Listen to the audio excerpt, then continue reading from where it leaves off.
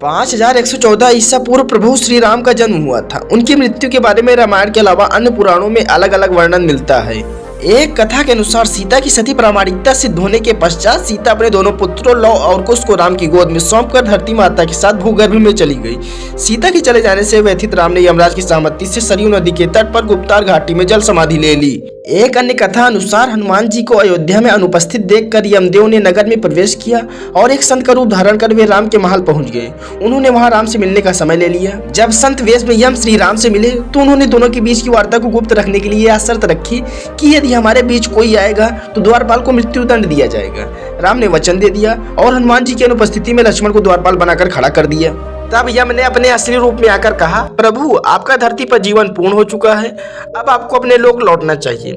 तभी इस वार्तालाप के बीच में ही द्वार पर ऋषि दुर्वासा आ गए और लक्ष्मण से अंदर जाने की जिद करने लगे, अन्यथा श्री राम को श्राप देने की धमकी देने लगे। लक्ष्मण अब दुविधा में पड़ गए, आज्ञा का उल्लंघन करे तो मृत्यु दंड मिलेगा और नहीं करे तो प्रभु श्री राम को श्राप मिलेगा। ऐसे में उन्होंने कठोर निर्णय लेते हुए दुर्वासा को अंदर जाने की अनुमति दे दी। वार्तालाप भंग होने के कारण अब श्री राम भी दुविधा में पड़ गए कि लक्ष्मण को मृत्यु दंड देना होगा।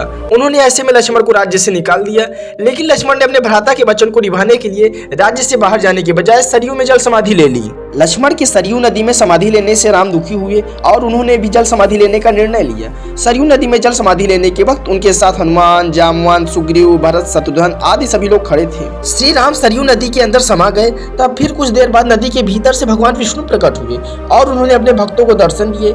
इस प्रकार से श्री राम ने अपना स्थूल रूप त्याग कर वास्तविक स्वरूप विष्णु का रूप धारण किया और वैकुंठ धाम की ओर प्रस्थान किया।